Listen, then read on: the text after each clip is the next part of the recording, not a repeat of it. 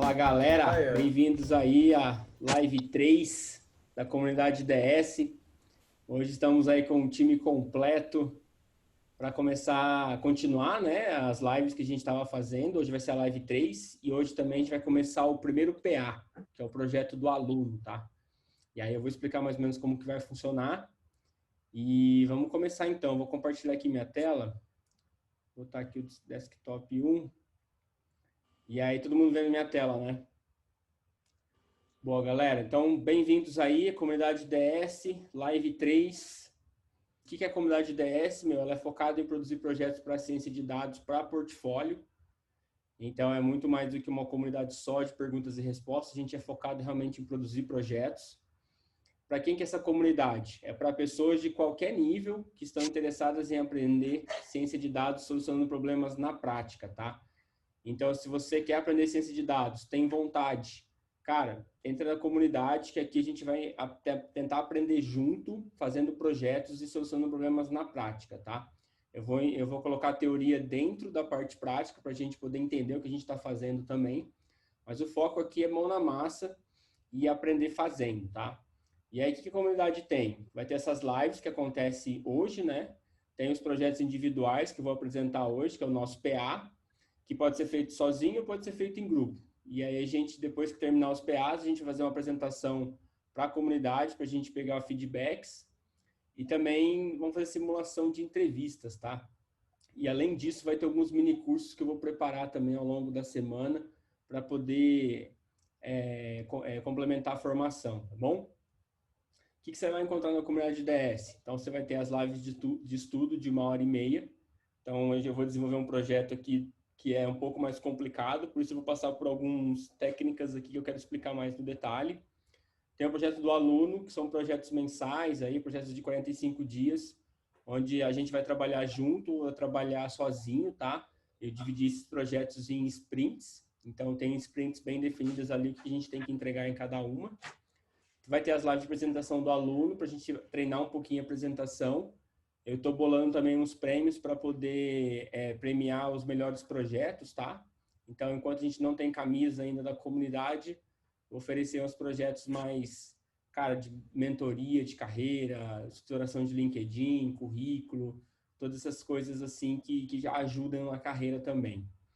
Tem a simulação das entrevistas, que eu vou trazer pessoas convidadas aqui para poder avaliar o projeto da galera da comunidade.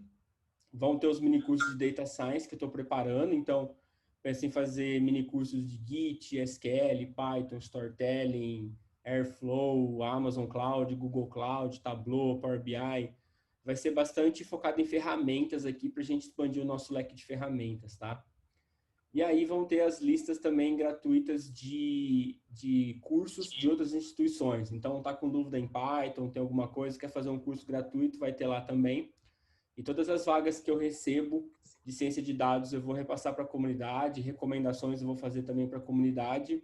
E esse board de vagas eu pretendo evoluir para uma feira de carreiras daqui no futuro, onde eu vou fazer alguns contatos para trazer pessoas recrutadoras aqui para dentro da comunidade para avaliar os projetos e eu espero conseguir empregar a galera aqui da comunidade. Bom? Então, e como que você faz para participar da comunidade DS? Primeiro, você tem que participar das lives que vão acontecer no YouTube, tá? Eu já tenho uma data marcada para quando essa live vai acontecer. Eu vou divulgar provavelmente na próxima live, tá? Então, fica ligado. Para você participar dessas lives do YouTube, você tem que se inscrever. E aí, para você se inscrever, é só entrar lá no blog, tem aqui no menu Lives da comunidade DS. Você vai cair nessa página aqui, deixa seu e-mail aqui que eu vou mandar para você um e-mail com um convite, vou mandar um e-mail também avisando quando que vai ser, vou colocar também o link da transmissão para onde você vai poder participar, tá? Então se inscreve lá, a gente tem mais ou menos uns 300 pessoas inscritas já, então, cara, vai ser uma live muito legal, eu vou trazer um conteúdo bem bacana, e você tem a chance, meu, de interagir comigo ali ao vivo, desenvolvendo um projeto, solucionar suas dúvidas e tudo mais, tá bom? Bom, então, antes de começar a live 3, eu quero dar o kickoff do projeto do aluno, que eu chamei de PA001, tá? O que é o PA? O PA ele é um projeto extra live para os alunos praticarem desenvolvimento de projetos. Então, a gente tem um projeto da live, onde a gente está construindo, onde eu estou construindo aqui. Eu vou focar bastante na teoria e na parte prática, então levar um pouquinho mais devagar. Mas o PA é para os alunos participarem. Então, eu vou agir muito mais como um mentor aqui, como um coordenador, para ajudar a galera a desenvolver os projetos, tá? Tirando dúvidas, promovendo soluções, né? Para consultoria mesmo. Então, isso aqui é para qualquer pessoa da comunidade IDS que pode participar, tá? Mas também é opcional. Se você não está na comunidade IDS, também quer participar, não tem problema, você pode participar. Eu vou te mostrar como, tá? Mas eu não consigo te dar uma consultoria que eu dou para a galera que está aqui na comunidade, tá? Então, é mais uma orientação de projetos que você tem que fazer e você precisa pesquisar um pouquinho de como resolver. Tem bastante conteúdo no YouTube que pode te ajudar também lá no canal, mas eu não consigo te dar essa consultoria mais de perto, igual eu dou aqui para os alunos da comunidade, tá? E o PA ele vai funcionar em sprints, então eu dividi algumas sprints para fazer o projeto. Essas sprints vão ter discussões semanais, que eu chamei de weekly, tá? Essas discussões é para a gente trocar ideia, tirar dúvida, desbloquear alguém que está bloqueado, tentar ajudar as pessoas. Então, é do mesmo jeito que a gente trabalha dentro da empresa, eu quero trazer essa mesma experiência aqui dentro da comunidade, bom? E o nosso primeiro PA, ele está escrito aqui no blog, então é só entrar lá no blog, tem o último post que eu fiz aqui, que é o projeto Data Science, Diagnóstico Precoce de Doenças Cardiovasculares.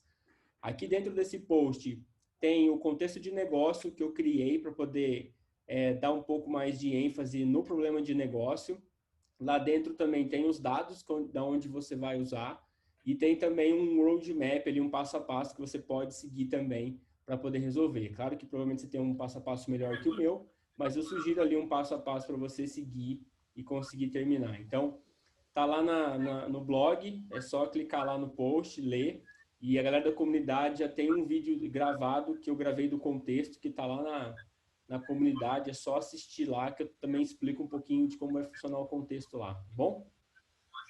E como que você começa o PA? Todo mundo que está na comunidade, não se esqueça de me mandar o e-mail, tá? Que eu vou adicionar lá no grupo do GitLab, que é onde a gente tem os projetos. Então, lá dentro da comunidade DS, no GitLab, você vai encontrar esse repositório aqui, que é o PA001, underline cardio, underline cat, underline disease.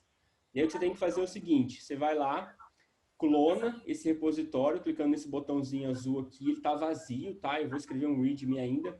Você clona esse repositório e cria uma branch sua, que essa branch aqui é que eu vou conseguir avaliar o teu resultado, né? O teu projeto. Então, a pasta clonada dentro, você dá esse comando aqui no terminal, que é o git checkout "-b", e coloca project underline o seu nome, tá? Coloca nome, underline, sobrenome, nome, underline, sobrenome, tá? E aí eu vou conseguir saber que aquela branch é sua, então eu vou conseguir avaliar teu projeto. E aí, uma vez que você faz o git checkout "-b", você vai criar uma nova branch para você trabalhar. E aí você trabalha nela, cria seus projetos, cria seu notebook, cria a sua solução ali. E aí, quando você for, sempre no final do dia que você for colocar as suas alterações lá no repositório, sempre dá um git add em cima do notebook que você está trabalhando, um git commit "-m", aí você escreve o nome da mensagem, né? Que mostra o que você fez naquele projeto ali. E aí você dá um git push orange, e aí você dá project e o nome, que é o nome da sua branch, tá? Porque daí todas as suas alterações vão ser salvas dentro da sua branch. Se você der um git push orange em master, vai dar erro porque a master está bloqueada, tá? Só eu que consigo dar push na master. Você tem que dar um push dentro da sua própria branch, tá bom? Qualquer dúvida, pergunta lá no Slack que eu dou uma ajuda, tá? Estou preparando o primeiro mini curso de Git, onde eu vou ensinar como que o Git foi feito, o que você usa, como que ele funciona no dia a dia de desenvolvimento. E aí, além de ganhar essa skill nova de desenvolvimento de software, você também já fica preparado para os outros PAs, tá bom? Então é assim que vai funcionar. Qualquer dúvida, joga lá no Slack que a gente resolve. Se você já criou e criou com outro nome, não tem problema, a gente pode criar outro e aproveitar tudo, tá bom? Bom, beleza. Bora para a live 3, então. O que eu vou falar nessa live, tá? Eu vou falar um pouquinho de cross-validation, um pouquinho de estatística descritiva e a gente vai tratar os dados faltantes, tá? O que eu vou falar de teoria? Eu vou falar um pouquinho do porquê que você tem que fazer estatística descritiva e análise de missing value. Vou explicar também por que a gente usa cross-validation, tá? Que é a nossa validação cruzada. E na prática, a gente vai criar um notebook do ciclo 3, e eu vou fazer a implementação do cross-validation, a implementação da estatística descritiva e a implementação da análise de missing, tá? Então, a gente vai tentar fazer isso aí tudo aqui dentro dessa live 3. Eu vou deixar um tempo para perguntas e respostas, né? No meio dos intervalos dos pensamentos, assim. Depois que eu concluir, eu deixo um pouquinho aberto, até para beber um pouco de água também, e aí vocês perguntam, fico à vontade. E na live da semana que vem eu vou falar sobre Feature Engineering. Então, eu vou falar como e por que você precisa fazer um bom Feature Engineering, tá? E na prática, eu vou mostrar o ciclo 4, onde a gente vai fazer Feature Engineer efetivamente, tá bom? Então, temos a nossa agenda. Vamos falar então da live anterior, né? Live 002. O que a gente fez? Na live anterior, a gente então calculou a acurácia. Então, nosso modelo de rede neural tinha uma acurácia de 70%, tá? E aí a gente achou super estranho isso, porque quando a gente fazia a matriz de confusão, esse número não batia muito, né? Porque a gente tinha uma acurácia muito alta, a gente tinha uma concentração de precisão em uma das classes. A gente chegou na conclusão que o desbalanceamento das classes, ela influencia demais na métrica da acurácia, e por isso a gente tinha que escolher outras métricas para poder refletir melhor a performance do nosso modelo. E as métricas que a gente escolheu foi a Balance de Accuracy, que eu mostrei como que calcula, e a Kappa Score, que é o nível de concordância entre dois estimadores, tá? A gente calculou a Kappa, calculou a Balance de Accuracy, e aí pelos números baixos aqui, acho que representam a melhor performance do nosso classificador, que está bem ruim, tá? E aí, a gente ainda tem um problema para resolver com isso, tá? E qual que é o problema dessa nossa métrica de erro? Apesar dela estar ajustada para o problema desbalanceado, ela ainda tem um erro, tá? E qual que é o erro aqui?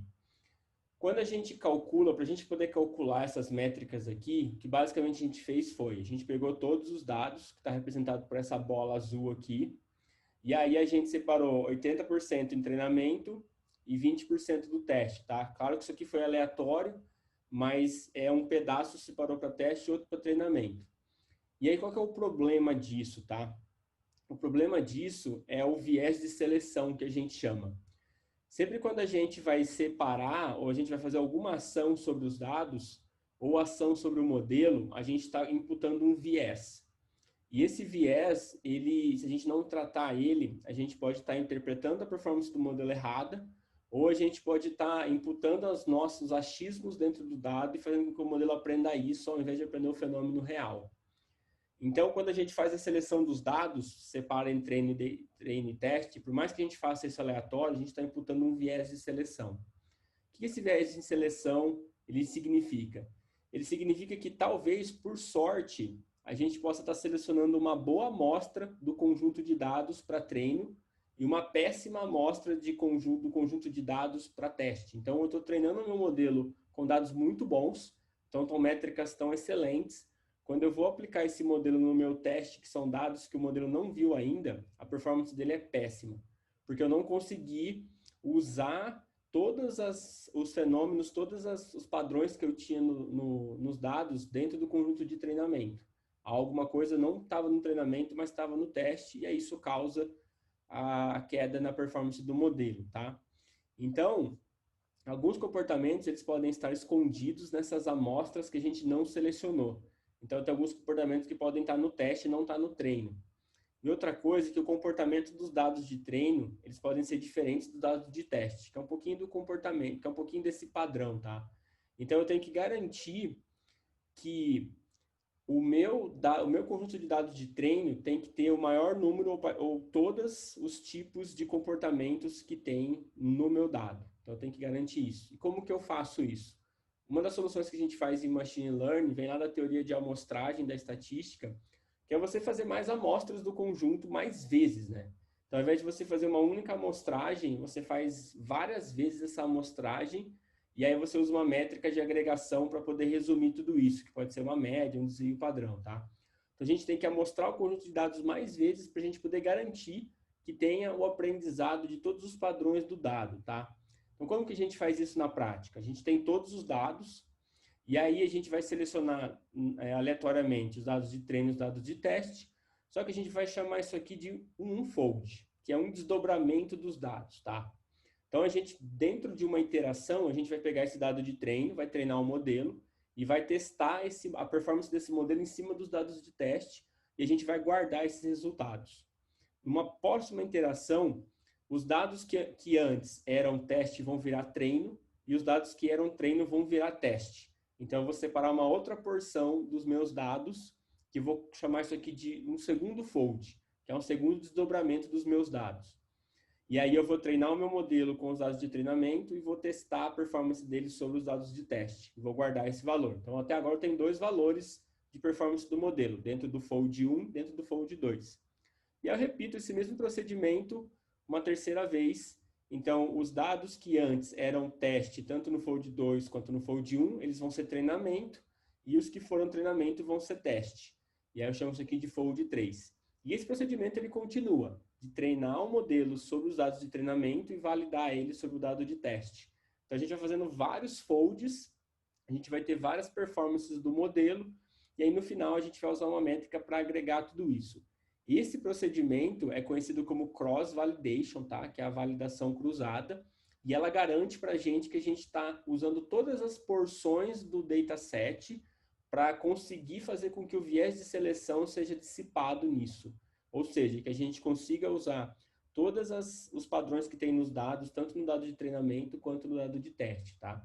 E dentro do cross-validation, a gente tem dois grandes métodos, que é o K-fold, que é exatamente esse aqui que eu estou mostrando para vocês. O K é o número de desdobramentos que você quer. Geralmente a gente usa aí de 5 a 10, tá?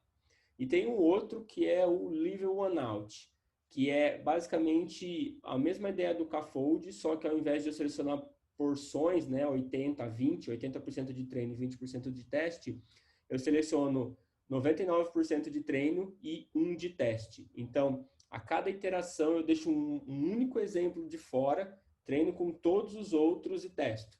Depois eu deixo mais um de fora, treino com todos os outros e testo. O Leave One Out, dentro da bibliografia de Machine Learning, ele é o único método que você garante aprendizado, tá? Então, se você fazer o Leave One Out, você garante o aprendizado porque você passou por todos os possíveis padrões do seu dado. O problema é que é super custoso. Se você tem 10 milhões de linhas, você vai fazer 9 milhões 999 mil e vai deixar um de fora. E você faz esse processo até passar por todos os dados. Então, é muita coisa, tá? Então, o Leave One Out performático, ele não performa muito bem. Então, a gente usa muito o K-fold, tá? Só que o cross-validation, ele tem um problema. Ele não funciona muito bem para séries temporais do jeito que ele é construído. Porque as séries temporais, a gente tem a dependência do tempo entre os dados. Então, eu não posso selecionar aleatoriamente os meus dados sem considerar a ordem cronológica deles. Porque uma série temporal, o tempo, a ordem cronológica que os eventos acontecem realmente importam. Então, eu tenho que levar em consideração as séries temporais. E aí, para quem fez o meu curso lá de Data Science em produção, eu mostro exatamente como que você faz uma cross-validação dentro de séries temporais, tá? A gente vai ver aqui na comunidade também. E outro problema é que a cross-validation não funciona muito bem para dados desbalanceados, tá? E aí é esse o objetivo aqui dessa live, eu mostrar como que a gente faz isso. A gente aplica cross-validação em problemas de dados desbalanceados, tá? E o problema do K-fold para dados desbalanceados é o seguinte. Esse aqui é uma imagem que eu tirei lá do nosso repositório, onde a gente tem aqui a proporção de dados de cada uma das classes. Então, eu tenho 70% dos meus exemplos de treino, do meu conjunto de dados, são dos Estados Unidos. Depois eu tenho 10% ali de others e todas as porcentagens muito baixas, tá? Quando eu faço o K-fold normal, eu sempre vou mostrar mais exemplos da classe majoritária, porque eu tenho mais exemplos. Então, aleatoriamente, eu tenho uma chance muito maior de mostrar um exemplo dos Estados Unidos, a classe US aqui, do que dos outros. Então, quando eu construo os meus folds, meu fold sempre vai ficar enviesado no US. Então, o que eu tenho que fazer? Eu tenho que garantir que os folds, eles representem os meus dados. Então, essa proporção que a gente está vendo aqui na imagem, ela tem que ser replicada em todos os meus folds. E aí eu tenho uma técnica do K-fold, que eu vou mostrar para vocês como que faz para poder manter esse mesmo balanceamento dentro dos folds, tá bom? E aí é isso que a gente vai fazer agora. Então, eu vou passar aqui, ó, eu vou abrir o terminal aqui. Deixa eu colocar a cara de vocês aqui. Abrir o terminal aqui, ó. Alguém tem alguma pergunta até aqui sobre o Cafold? Não? Não, Beleza. tranquilo. Então, eu vou entrar aqui dentro de repos e vou entrar dentro do Airbnb Predict First Booking. E aí a gente tem aqui o nosso projeto, tá? Eu vou dar aqui um Jupyter, não tem que ativar a VEnv, né? Dá um PyEnv, Activate, Airbnb Predict Booking. Aí eu ativo aqui, beleza? Aí eu vou fazer o seguinte, eu vou dar um Jupyter Notebook aqui, vou fazer ele abrir aqui, ó. E aí a gente aqui em Balance de Metrics, vamos implementar o Cafold aqui dentro, Cross Validation aqui, depois a gente faz uma cópia disso aqui e cria um novo, tá? Então eu vou abrir aqui, ó. Isso aqui foi o que a gente fez na outra live, tá? Na live 02. Aí eu vou abrir aqui a seção 5 de Machine Learning Model, vou abrir aqui a nossa MLP que a gente implementou, e aqui tem a performance da MLP, tá? Essa performance aqui não tá com Cross Validation. Então o que eu vou fazer? Eu vou fazer uma cópia, vou descer até o final aqui, ó, vou colar esse cara aqui. E aí eu vou só mudar o nome aqui, ó, Neural Network Performance Cross Validation, tá? E aí eu vou fazer umas linhas aqui para ficar mais alto para a gente enxergar. Aí eu vou vir aqui em cima e vou implementar esse cara. Então, como é que eu vou fazer, tá? Eu tenho que dividir isso aqui em algumas partes. Primeira parte, eu tenho que gerar o Cafold. Então, eu tenho que gerar as minhas amostragens do meu dataset, tá? Eu tenho que conseguir esse fold, então eu tenho que pegar esse fold, tá? E aí aqui eu vou colocar o modelo. Então, o que eu preciso para fazer o modelo? A definição dele, que é o model definition. Eu preciso no caso da rede neural, eu preciso compilar ela, né? Então, compile aqui model. Depois eu preciso treinar o modelo, então vou colocar aqui training model. Aí eu tenho que fazer a prediction dela também, para poder pegar os valores. E aí, para terminar, eu posso fazer as métricas, né? E aí vai te fazer a métrica, eu vou colocar aqui a nossa accuracy. Vou colocar a nossa balance de accuracy, tá? Balance de accuracy. E vou colocar aqui a nossa capa metrics, beleza? Então, esses caras aqui são suficientes para a gente montar o nosso cross validation. O que eu vou fazer? Eu vou começar pelo modelo aqui, model definition. Eu vou usar, então, uma classe chamada sequential, para poder unir os meus neurônios junto com as minhas camadas escondidas, tá? Essa sequential, ela vem aqui de uma classe chamada ML. Se vocês lembram, essa classe, ela vem lá do Keras, que isso é a classe models, tá? E aí eu vou importar a sequential aqui. E aqui eu consigo colocar isso aqui dentro de um model para depois adicionar as minhas camadas escondidas e os meus nós em cada uma das camadas. Aí o que eu vou fazer? Eu vou usar o método add aqui, tá?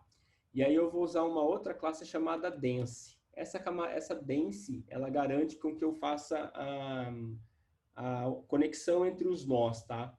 Tem outros tipos de classe? Tem quando você vai trabalhar com LSTM, tem uma classe que chama LSTM aqui, que aí tem alguns componentes dentro da LSTM que fazem com que ela seja diferente da sequential, tá? Da dense, na verdade. Então tem aqui diferente. E aí essa classe, ela vem de uma outra chamada layers. Não sei se vocês lembram aqui, ó, tem as layers aqui, também vem do pacote do Keras, tá? Aqui que essa dense, ela recebe como input? Ela recebe o número de neurônios na camada escondida, que eu vou colocar aqui 256, tá? Ela recebe também o número de entradas da minha rede, que eu vou colocar como input DIN, que eu vou deixar vazio aqui, que eu não lembro quanto que é, depois a gente vê, tá?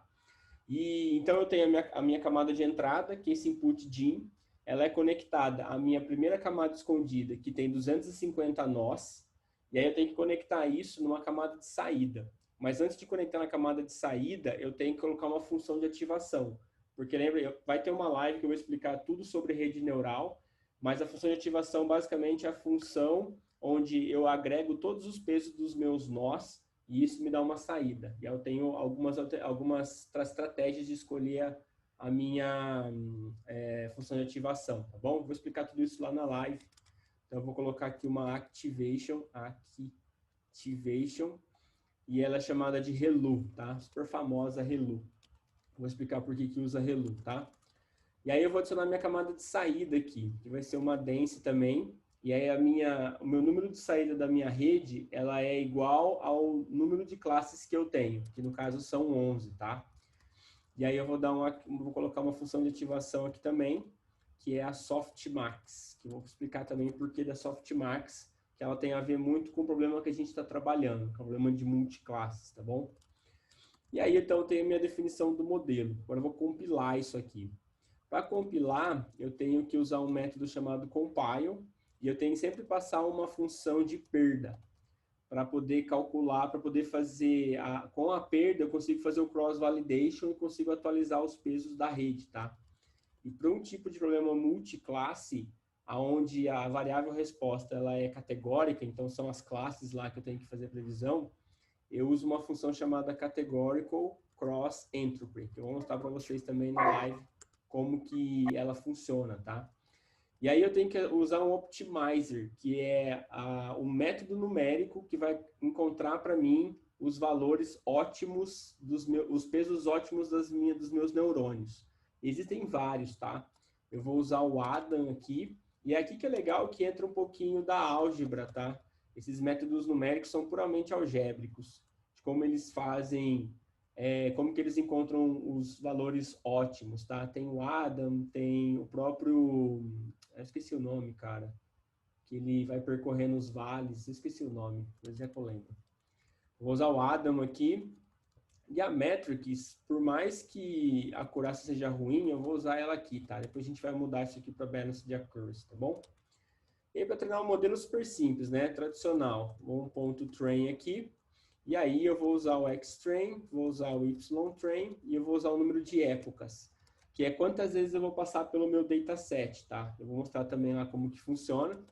Eu uso um batch size, que é quantas linhas eu pego para fazer um processo inteiro. Então, as épocas, se eu tiver um dataset com 1000 linhas, eu vou passar 100 vezes pelas 1000 linhas.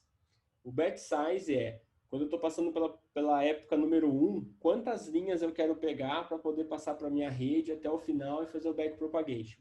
Então, eu posso escolher pequenos, médios, e aí isso aqui ajuda também na velocidade da rede, mas quanto mais o tamanho do seu dataset, mais veloz ela fica para treinar, só que ela perde algumas propriedades de aprendizado, porque você tá agregando tudo, né? Você está fazendo passando dados muito grandes, não está tendo atenção no detalhe ali.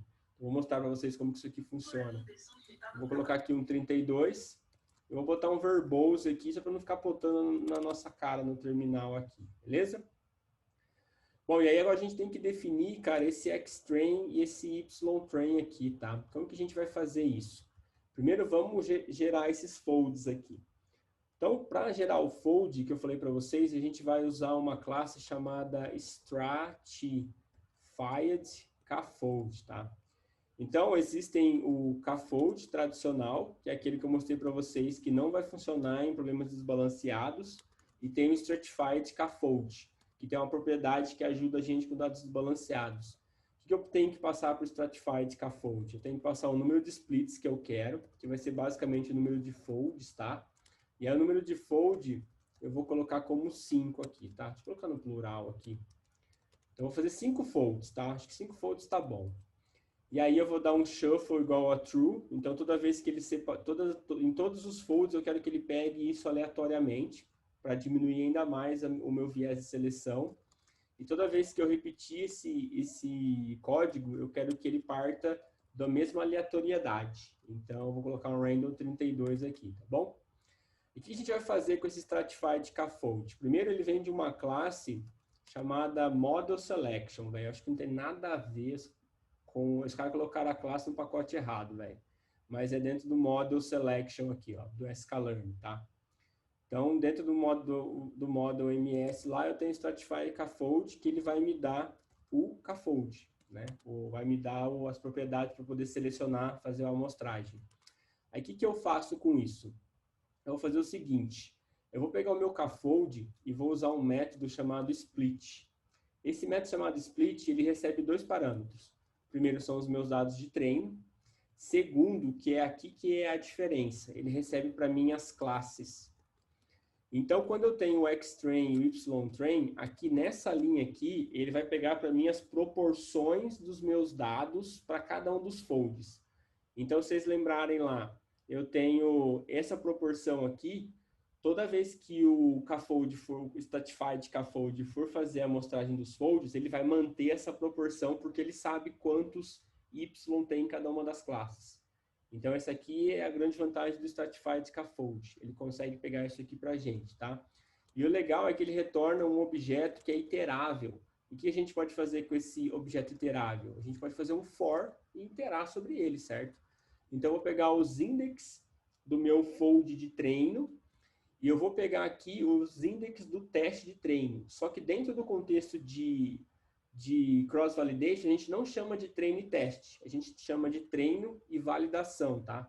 Claro que você pode chamar de teste, não tem problema. Mas o teste a gente separou lá no começo para poder treinar a performance do modelo. Aqui, como a gente está pegando o dado de treino e dividindo ele em duas partes, uma parte é o treino, a outra é a validação, e não o teste, tá? Só um preciosismo aí de notação, tá bom? A gente bota os dois pontos aqui para poder fazer o for, né? Poder percorrer. E aí, para cada um dos folds, a gente vai fazer tudo isso aqui, ó. Eu vou colocar todo mundo dentro do trem aqui, tá bom? Do trem, né? Tudo do train. Aí a gente precisa pegar os folds aqui. Então, o que eu vou fazer? Eu vou pegar o X-train, que é o meu dado original, tá? E vou fazer um iloc para pegar isso, pegar linhas pelos índices. E os índices, que são as linhas que eu vou pegar em cada fold, ele foi definido pelo meu train ix. Então, para cada iteração, eu vou ter um conjunto de índices diferentes que representam, que representam as linhas do meu dataset que vai separar nesses folds, tá? Então, eu vou pegar o Y-train aqui, aí eu vou ter que chamar de outro nome, colocar um Y-train fold, por exemplo, tá? Fold. E aí já vou mudar lá embaixo, porque senão eu esqueço, aí dá problema. Então, eu vou colocar aqui como fold, tá? E aí eu vou pegar o Y-fold também, que é a mesma coisa, que é aqui, ó, Y-train fold. E aí eu vou pegar aqui um Y-train, eu vou colocar um iloc aqui, e aqui eu vou colocar o val e x, beleza? Esse aqui, então, vai ser os meus dados Y-train fold, e o X-train fold e o Y-train fold. Agora tem que pegar o val, né? Tá errado aqui, velho. Aqui é train, pô. Pronto. Agora tem que pegar o val, né? Que são os meus dados de teste. Mas aqui no contexto de cross-validation, a gente chama de validação, né? Então, eu vou pegar aqui o meu X, aqui eu vou pegar o vol, tá? E aí vai chamar ele de fold. E aí, o que ele vai ser? Vai ser o meu X-train e lock. Eu vou pegar agora o val e x. E aí, mesma coisa para o y. Y-val fold, fold. Eu vou pegar aqui o Y-train e eu vou usar o iloc para pegar o val e x. Beleza? Bom, então a gente tem aqui os nossos train and fold. Aí, se vocês lembrarem, lá na rede neural, a gente não pode passar o target do jeito que ele é, né? Com uma coluna só, com todas as classes. Eu tenho que fazer um encode nesse negócio aqui, velho. Porque o rede neural é chato por si só e mais chato quando está dentro do Keras ainda. Então, tem que fazer esse rolê. Mas como a gente vai fazer aqui? Igual a gente fez lá. A gente importa o onHot encode, que vem lá da classe preprocessing, tá? Coder aqui, né? Aí com esse OHE, a gente vai usar o fit transform, tá? E aí a gente vai passar aqui o Y-train fold. A gente tem que fazer pegar o values dele, né, e dar um reshape nesse negócio aqui, que vai ser de -1 a 1. E aí no final aqui, ó, eu tenho que transformar isso aqui num array ainda. Então, uma manipulação meio chata aqui, ó, array. E aí esse cara vai voltar para mim um Y-train fold NN. E aí eu vou mudar todo mundo aqui, ó. Deixa eu ver, aqui tem o Y-fold NN, beleza? E aí agora a gente faz a predição aqui, salva os valores e segue a vida. Aqui em prediction, o que eu vou fazer? Eu vou pegar o meu model, eu vou dar aqui um predict, tá? E aí eu vou passar o xValFold, que é o meu teste, tá bom? Vou guardar isso aqui dentro de uma variável chamada predNN. Aqui o predNN ele vai vir encodado, igual do jeito que a gente fez o encode. Aí tem que tirar o encode, né? Tem que fazer o processo inverso. Aí como que a gente vai fazer isso aqui? Vou pegar o meu OROHE, vou dar aqui um inverse transform para poder fazer a transformada inversa, né? Transform. Vou passar o pred NN. E aí esse cara vai me retornar aqui um Y-test. Um Y-hat NN, tá? Esse cara aqui, ó. Então, basicamente, eu peguei aqui os meus dados encodados e aí eu voltei ele no processo original. E aí, só para garantir que esses caras estão no mesmo formato, eu vou dar um prepare aqui, prepare data. Aí, o que eu vou fazer? Eu vou pegar o meu Y-test NN, que é o meu dado original. Na verdade, é o contrário. Eu vou fazer o seguinte, eu vou pegar o meu y-val-fold e vou jogar isso aqui no NumPy, só para ficar no mesmo formato. E aí, esse cara vai ser o meu y-test NN. E aí, eu tenho só colocar o outro na mesma forma também, que vai ser o seguinte, vai ser o y-hat NN, e aí eu vou dar um reshape aqui, e agora vai ser 1 a menos 1. Eu quero pegar o primeiro elemento, que ele vai gerar uma lista de listas, tá? Eu vou guardar isso aqui dentro do y-hat NN. Então, beleza. Tem muito segredo aqui, tá? Compilou o código, fez o treinamento, e aí fez a predição aqui. Só que esse pred-NN, ele está naquele formato que eu mostrei para vocês na live anterior, né? Que ao invés de ser uma linha com todos as labels, ele pegou cada label e fez um hot encode. Então, ficou 12 colunas e ficou zeros e uns ali, tá bom? E aí, é isso aqui que o pred-N tem. E aí eu preciso retornar o pred-N para o original, para depois poder fazer a comparação. Então, o que eu faço? Eu uso o inverse transform aqui, passo meu dado encodado, e aí ele vai retornar para mim o dado não mais encodado. E aí o que eu faço aqui, eu só dou um reshape para ele ficar no formato do NumPy. Eu pego o y-vol aqui também, fold, e chamo ele de y-test, não tem problema. E faço ele ser um NumPy aqui também, tá? E aí é hora de calcular as métricas para a gente terminar. O que a gente faz aqui no balance de Migro, rapidão, velho. Opa, fala. A parte de treinar modelo, eu não sei se eu tô enganado, não sei, mas não é para ser fit, não? Treinando modelo. Nesse aqui? Ou é train mesmo? Não, tá certo, mano, é fit. Tem razão. E faltou o N ali no transform, quando for rodar, dá erro. Só na Esse aqui em predição cima? ali. Não, Y-hat NN. Prediction. Aí, só isso mesmo. Boa, garoto. Valeu. Aí economiza já umas dor de cabeça. Boa. Aí a gente vai pro balance de accuracy aqui, tá? Então, mesma história lá. Eu vou usar o balanced accuracy score. Aqui eu vou passar o meu dado verdadeiro, né, que é o meu y-test NN, e vou passar o meu y-hat NN, que são os meus dados preditos, tá? E aí eu vou guardar esse cara aqui dentro de uma variável chamada balanced accuracy NN, tá? Vou guardar aqui dentro desse cara aqui. E aí, como eu estou fazendo várias interações pelo fold, eu tenho que guardar isso aqui em algum lugar. Então, eu vou pegar uma variável chamada balanced acclist, tá? Que eu nem criei ainda. Vou dar um append desse negócio, balanced accuracy NN. Então, vou dar um append aqui para poder, toda vez que eu dar o fold, eu ter onde guardar isso aqui, tá?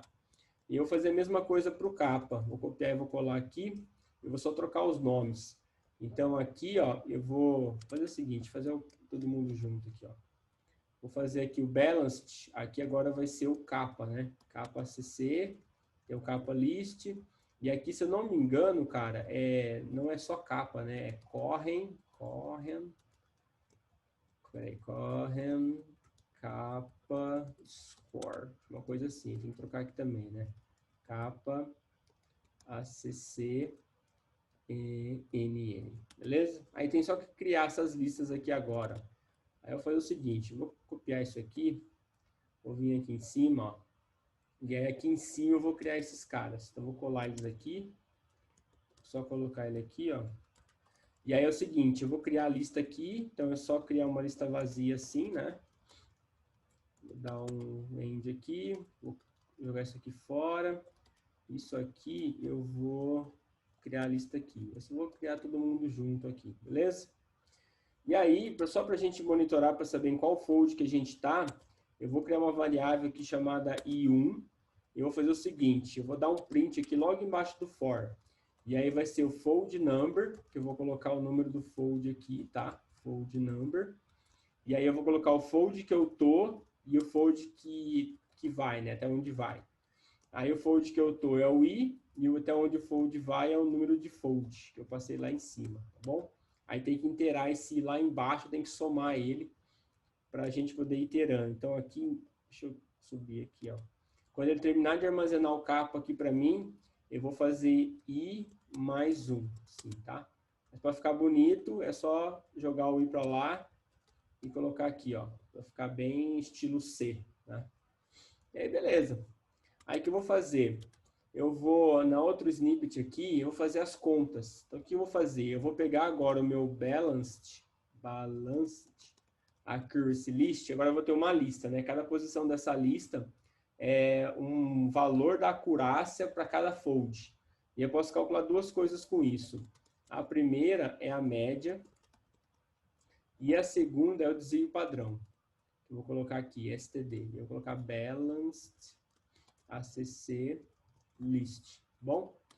E aí eu vou printar isso, eu vou dar um print aqui, balanced accuracy, e aí eu vou colocar aqui, vou colocar assim, né, cara? Tipo, isso aqui é a média, vou colocar min, vou colocar assim, ó, average, balanced accuracy, eu coloco aqui, aí eu coloco mais ou menos o desvio padrão, e aí eu coloco um outro espaço aqui, dou um format e coloco lá. Deixa eu só mover a gente aqui para ver se fechou. Fechou.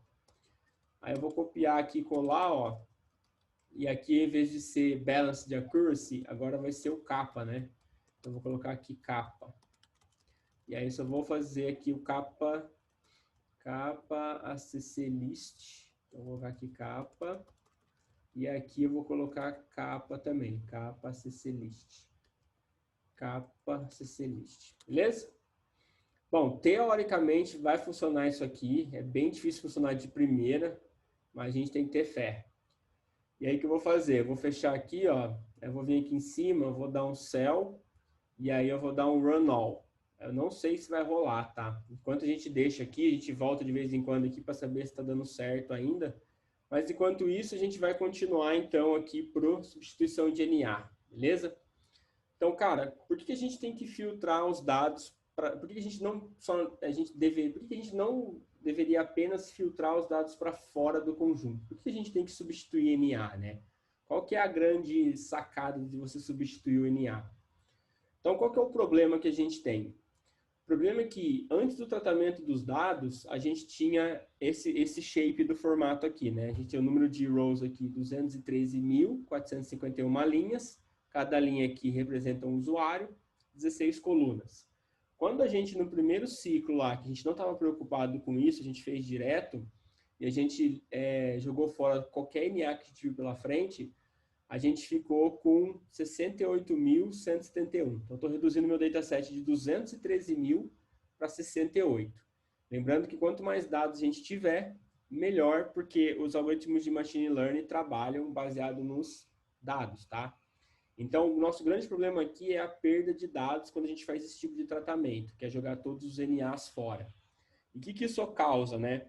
A gente pode perder informações relevantes que estão em outra coluna, porque, por exemplo, se tem uma coluna que ela está em NA e você joga aquela linha fora, você perdeu todos os dados que estão nas outras colunas também. Então, você perde informação aqui que é valioso, tá? Você tem diminuição do volume para dados de treinamento, então o seu conjunto de treino fica bem menor, então fica bem mais difícil o seu modelo aprender algum tipo de padrão com poucos dados, tá? E qual que é a solução, cara? A solução é que a gente precisa substituir esses dados faltantes, tá? Existem várias técnicas para a gente substituir esses dados faltantes. E aí eu separei 3 aqui, que são as que eu mais uso e que é que funciona bem, tá? A primeira técnica é uma abordagem de negócio, cara. É do tipo, você realmente pensar no negócio e fazer a substituição do DNA baseado nisso, tá? Então, aqui você considera a natureza do problema, você considera a consistência dos dados, então a consistência dos dados vai de encontro com o seu fenômeno, e você considera o modelo de negócio da empresa, que é uma das coisas importantes também.